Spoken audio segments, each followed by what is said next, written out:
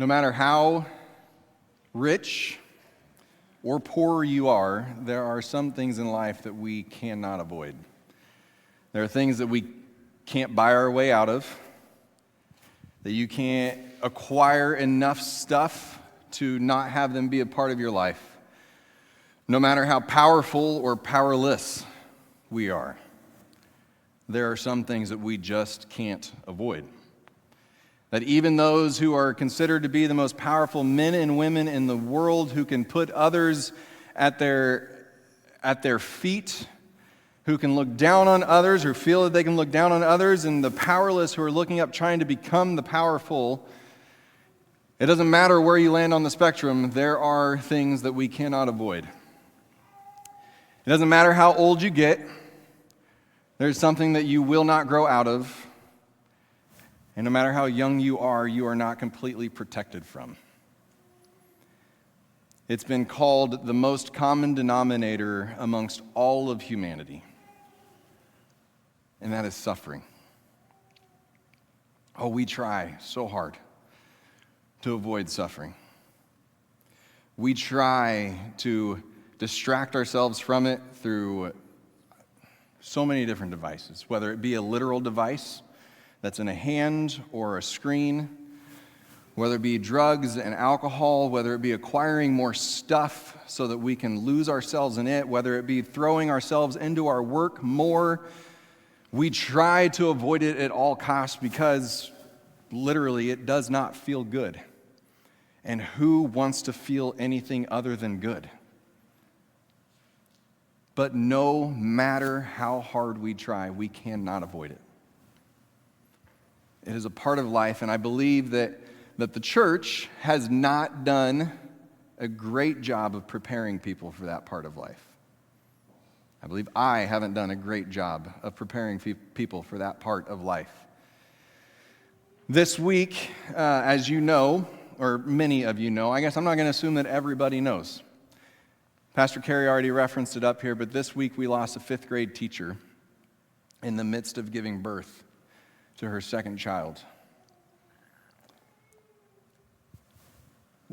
When I got the call from Principal Road, I was actually playing Fortnite with my son, and the temptation was to just jump right. We were the only ones home. The temptation was to jump right back into it and to just distract myself.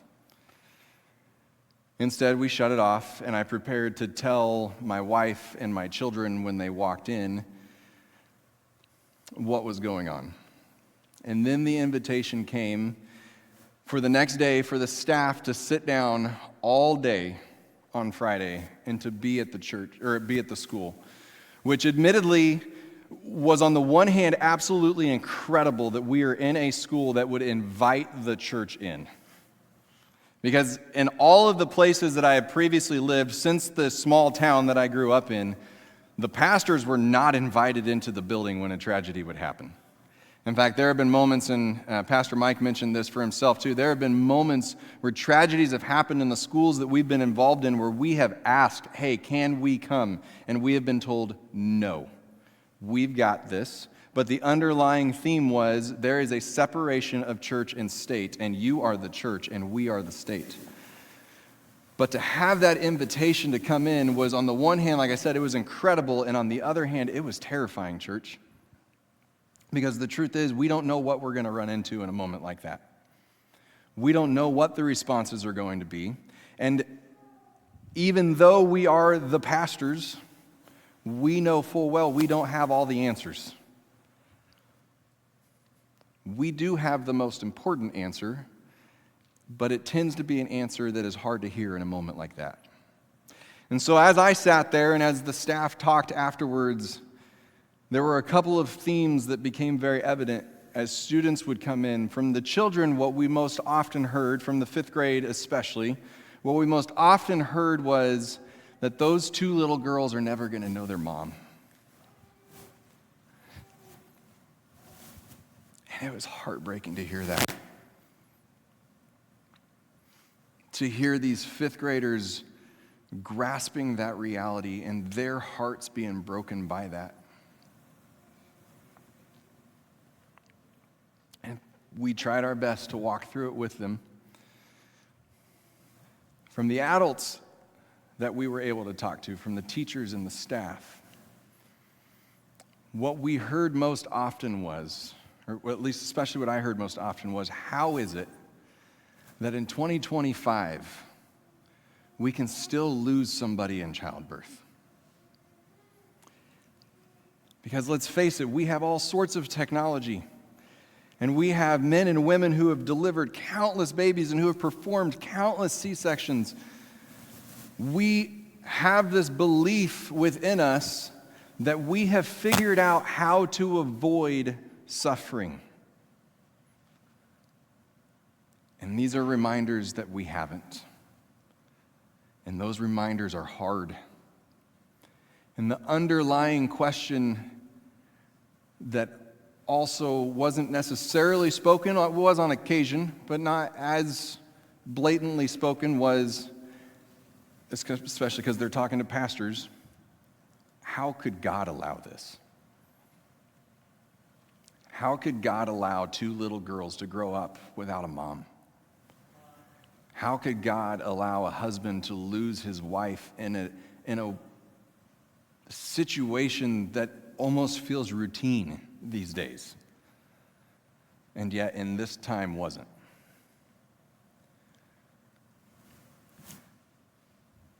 I wrestled a lot with what does this morning look like? Because I understand this is, again, we want to go to church and we want to be made to feel good. We want to be given a few opportunities to laugh. We want to walk out with a couple of cliches that we can throw at people sometimes, and the reality is sometimes it's just not a situation where we can avoid, not that we should ever avoid, but there are those moments where we have to talk about it. I wrestled with whether or not to continue to go the direction that I was planning to go this morning, and in reality, that message could have worked, but it wasn't the right one. And so instead, I was drawn to John chapter 11. If you want to pull out the Bibles in your pews, or if you brought one, you can open up there. It's a story that many of us are going to know, possibly not all of us. But in John chapter 11, Jesus is walking around with his followers, performing miracles like he would often do and teaching like he would often do. And a messenger came up to him, and that messenger came up to him and said, "Hey, Mary and Martha have sent me to tell you that their brother Lazarus, whom you love, their brother Lazarus, who you know and who you have hung out with, their brother Lazarus is sick. And this isn't just like he caught a cold sick. This is serious sick. And they need you to come." And Jesus' response, while we in our human nature, what we would typically think is, I have the power to stop that, so of course I'm going to drop everything and I'm going to take care of it. Especially those of us who are the helpers, who feel like we need to do everything for everybody, like, hey, we're going to do anything and everything we possibly can, and we are going to run to take care of Lazarus. Instead, what we read is that Jesus hears this news from this messenger, and he hangs out right where he is for another 2 days. He doesn't go. And many of us, when we read this story, we wrestle with, why in the world would Jesus not go? Now, when we stop and we think through it logically, we understand that there are a lot of important things that Jesus is doing, and while we can look at it and say, well, that was the most important, that's us reading our stuff into it, and that's us looking at it through our lens and not understanding that we too have moments where we are called to help somebody that we can't because there are other things that we need to be doing in that moment. Not that we don't want to, but that we can't. But we can also understand Mary and Martha's feelings about this, that I called you and you know us and you love us and you have shared meals with us. We aren't just random people that you're running into. We thought we were family and you didn't come. And eventually, after 2 days, Jesus goes to see Mary and Martha. Now remember, this isn't he jumped in a car and he got there in 15 minutes. It took some time to get to Mary and Martha, and by the time he got there, Lazarus had already been dead for days. And And we read in this story in John chapter 11 that Martha is the first one that he comes up to. Now understand that from Martha's perspective, she knew she sent a messenger. Most likely, it doesn't say it explicitly in the story, but most likely that messenger went back and told Mary and Martha, I told him. I gave him the news. The messenger had made it back, and a couple of days later, Jesus shows up. Meaning Mary and Martha know Jesus did not come right away. He didn't drop anything and everything to come and to be with us. And Martha comes up to him. You can find this in verse 21. Martha comes up to him. She's the first one to talk to him. She says, Lord, if you had been here, my brother wouldn't have died. The first words out of her mouth were, Jesus, if you'd been here, this wouldn't have happened. Translation, how could you let this happen? I believe, she says, I know that whatever you ask from God, God will give you. In other words, I believe that you could have stopped this, and you didn't. So in our words that we often use, what she's asking is, how could God let this happen? How could a good God, who says that he loves everybody, who loves his creation, how could he let this bad thing happen? There's a lot of people asking that question right now. How could a good God let this happen? And Jesus responds to her. He says, your brother will rise again. And she responds back, I know that he will rise again in the resurrection at the last day. What she hears Jesus saying is often what people hear followers of Christ saying, like, hey, it's all going to be okay. Hey, he's in a better place now. And as all of us who have, I shouldn't use the word all, that's not fair. As many or most of us, when we hear those words, he or she is in a better place, it didn't help Martha to hear it. I know we believe it. And I'm not saying it's necessarily wrong to say it, but we have to understand it doesn't help to hear it. Most of the time, it does not help to hear those words. But that's essentially what Jesus responds to her with. And if that's his response, then I suppose it's a response that it's okay for us to use. Just understand how people are receiving that. We're going to skip down a little bit into the story. In verse 28, it says, having said this, after their conversation back and forth, and I encourage you to go back and read the whole conversation. She went back and called her sister Mary, saying in private, the teacher is here and is calling for you.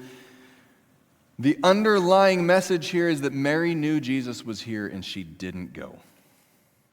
See, Martha is the one that immediately goes to Jesus and says, how could God let something like this happen? And Mary is the one who says, I don't want anything to do with God right now. I'm not even asking that question.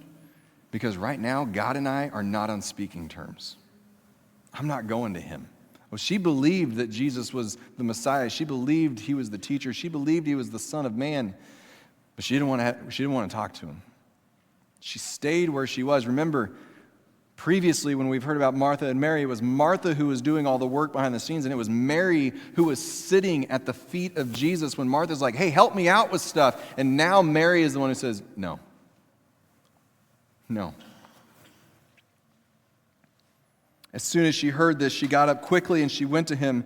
Jesus had not yet come into the village, but was still in the place where Martha had met him. The Jews who were with her in the house consoling her saw that Mary got up quickly and went, so they followed her, supposing that she was going to the tomb to cry there. And when Mary came to where Jesus was and saw him, she fell at his feet and she told him, verse 32, Lord, if you had been here, my brother would not have died. Why would you let this happen?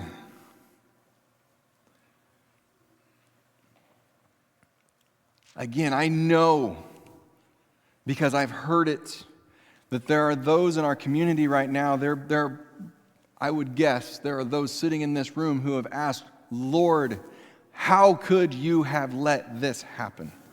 And if not over this circumstance, then over another one. because suffering has come to us all at some point.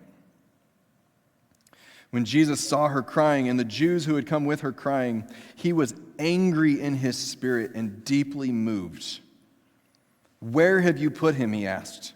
"Lord," they told him, "come and see." And Jesus wept.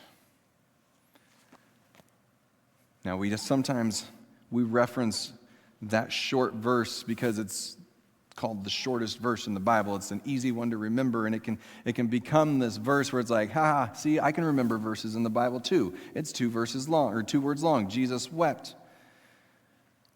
But the power of that moment gets missed when we just sit there and look at it as memorizing 2 words in the Bible.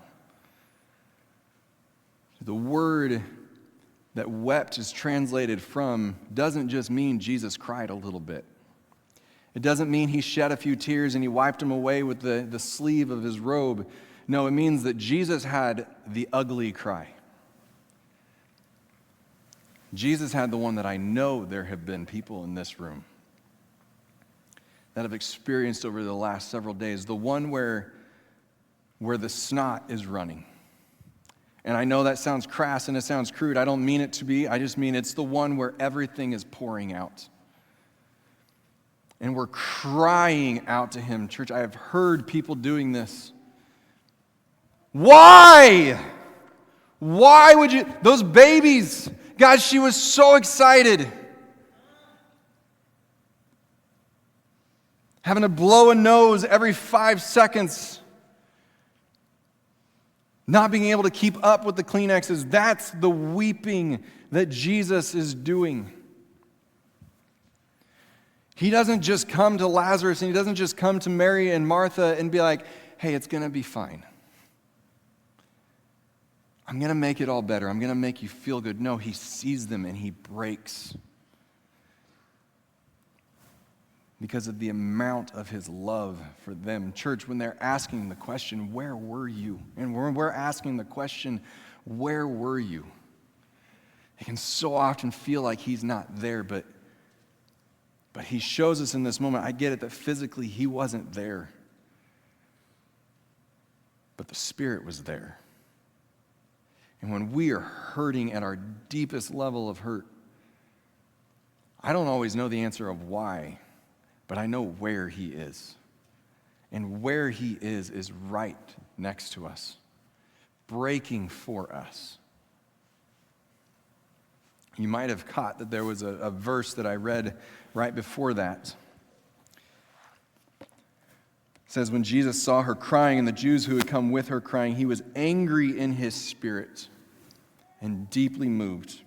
And if we skip down to verse 38, it says again, "Then Jesus, angry in himself again, came to the tomb." In the NIV, which is the version that we have in the pews here, it's the most commonly read version in America especially. In the NIV it says, "And Jesus was deeply moved." And we can read that and we can resonate with that idea of being deeply moved.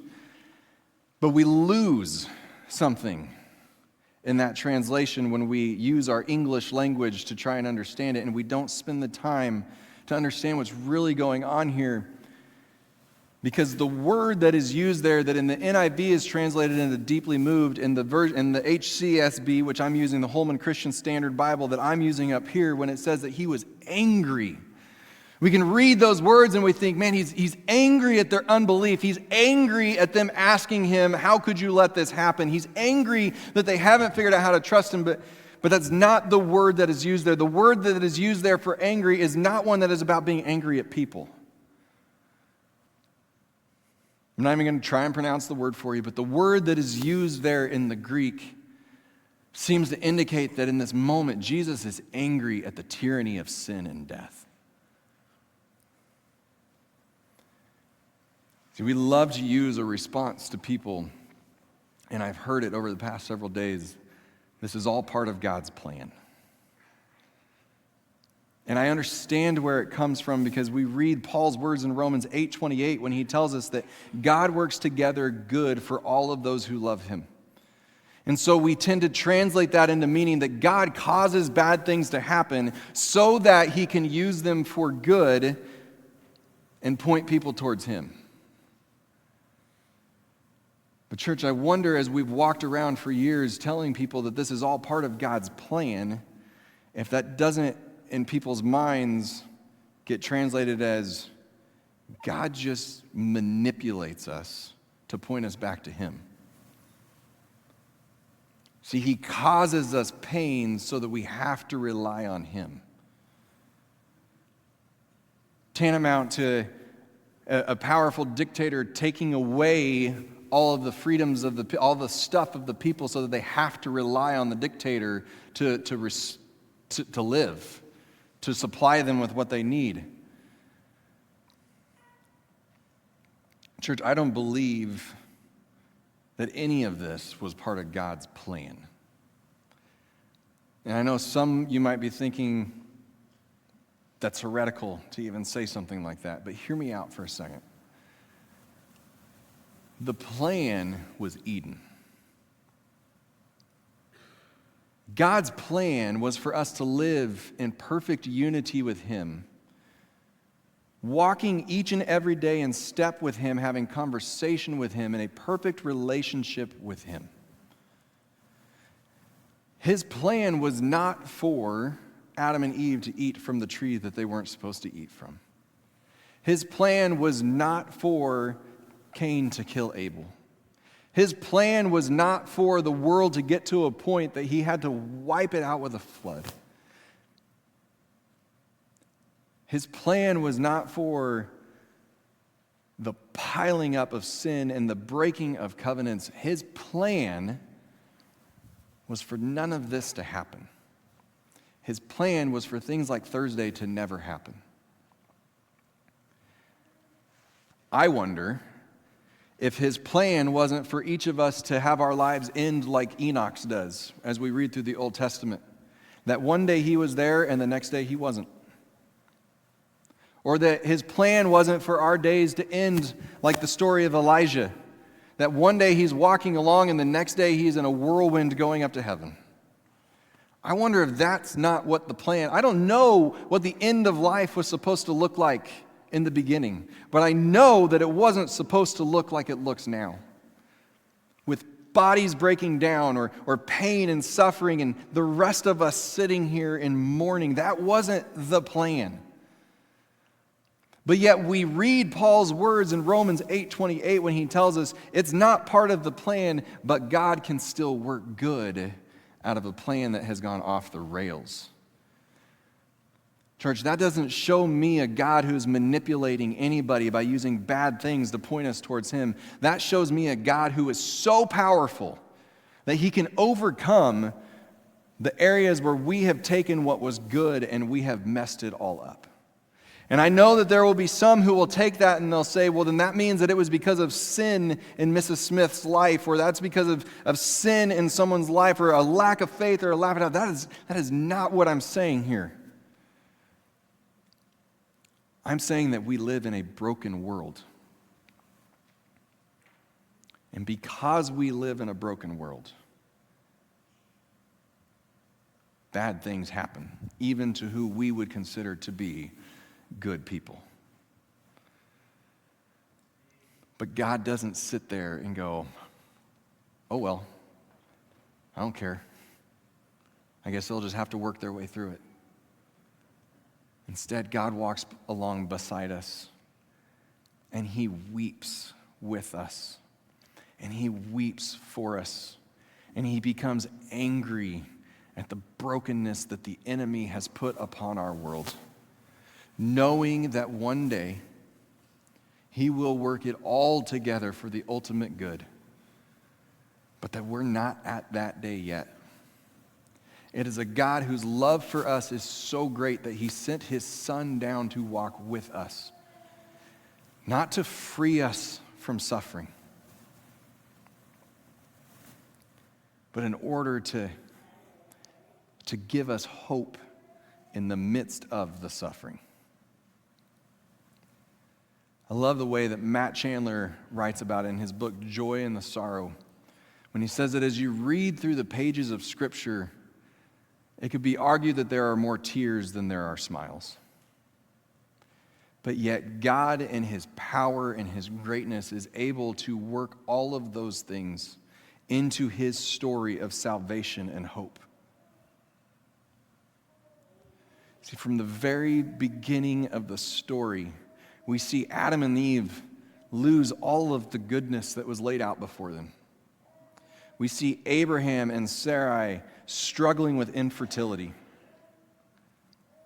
We see Ishmael and Hagar sent out from the only life that they had ever known to be on their own.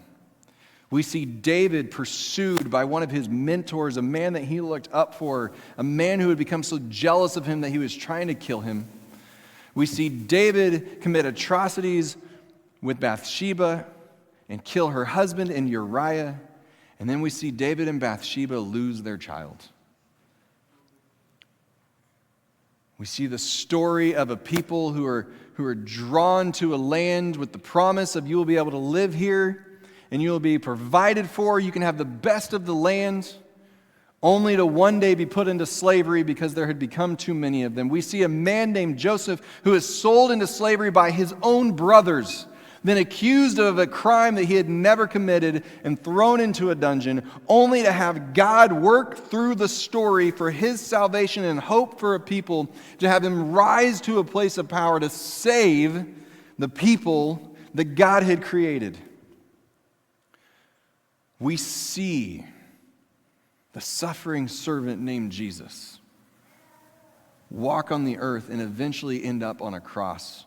We see the early church and the persecution that they endured, to the point that as we've walked through all of the pages of Scripture, we come to that verse in James where he tells us that suffering produces maturity. That thing that we want to avoid so much, and of course we don't want it to come upon our lives, but it is so often through those moments that the greatest growth happens in our lives.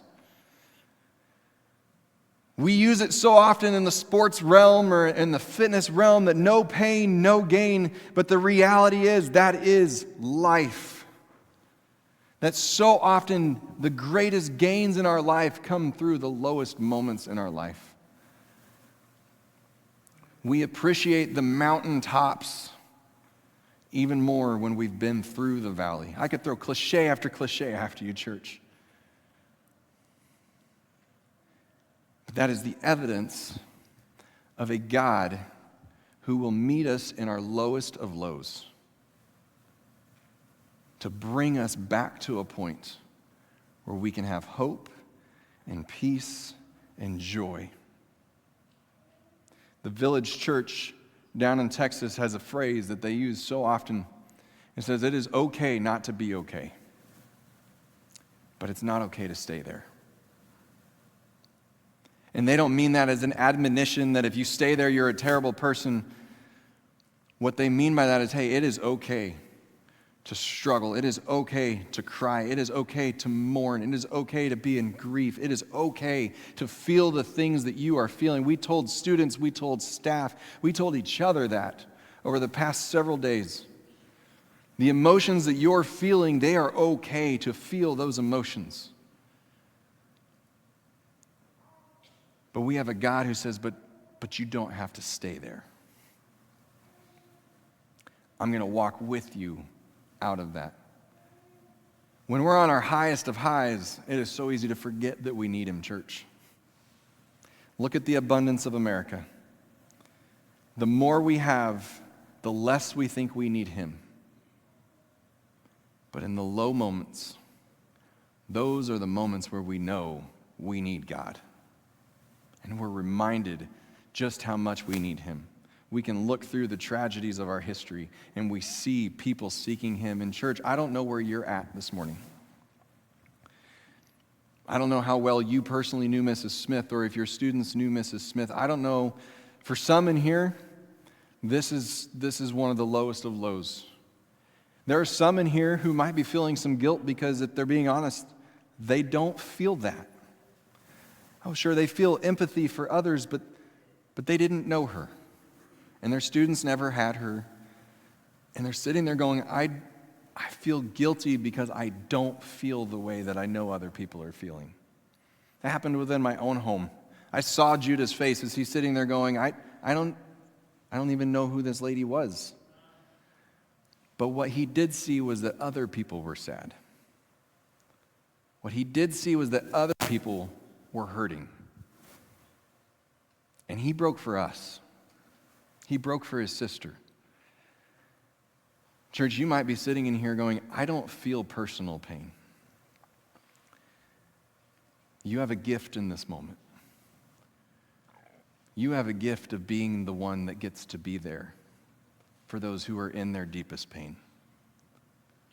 You have a gift in this moment of being the one who can walk through those who need somebody beside them to walk through it with them.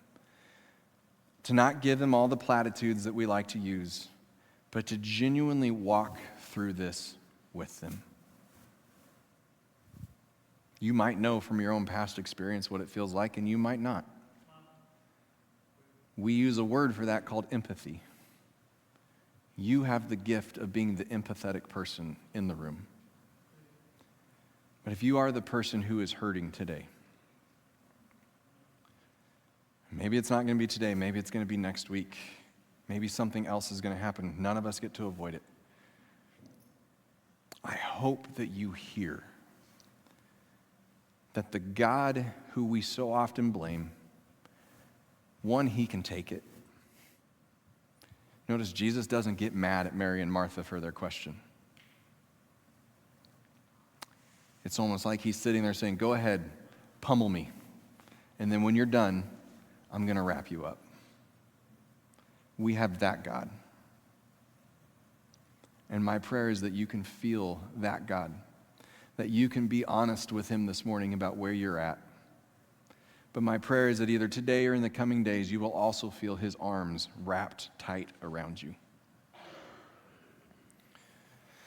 We're lower in numbers today because of the weather. And honestly, I was tempted to go ahead and say, hey, we're not going to meet this morning. And if this hadn't been going on, I might have been more tempted. Then again, at the beginning of the year, I did preach a message about how important it was for us to gather. So that was running through my head too. But with everything going on, it made it especially easy to say, no, our community needs to be together this morning. If you are at a point this morning where and I know sometimes this is hard for us to admit, but where you need somebody to walk along beside you, as we finish up our time here this morning, don't miss that. You can use an altar. In fact, I would encourage you to use the altar. There is something about coming and getting on our knees just like Mary did at the feet of Jesus. In fact, I'll even put it this way. If you're someone who's in here this morning and is like, I need somebody to walk through this with me right now, come to this side. And if you're in here this morning and you're just saying, no, I just need to be with Jesus. Like, I appreciate the prayers behind me, but I don't necessarily need your hand on my shoulder this morning. I get that. We're at that point sometime. Come to this side. Or if you just need to grab somebody in your pew, grab them in your pew. But understand, there is a God who understands what you're going through and who wants to, and it may not have anything to do with Mrs. Smith. There's a God who understands and who is ready to weep with you.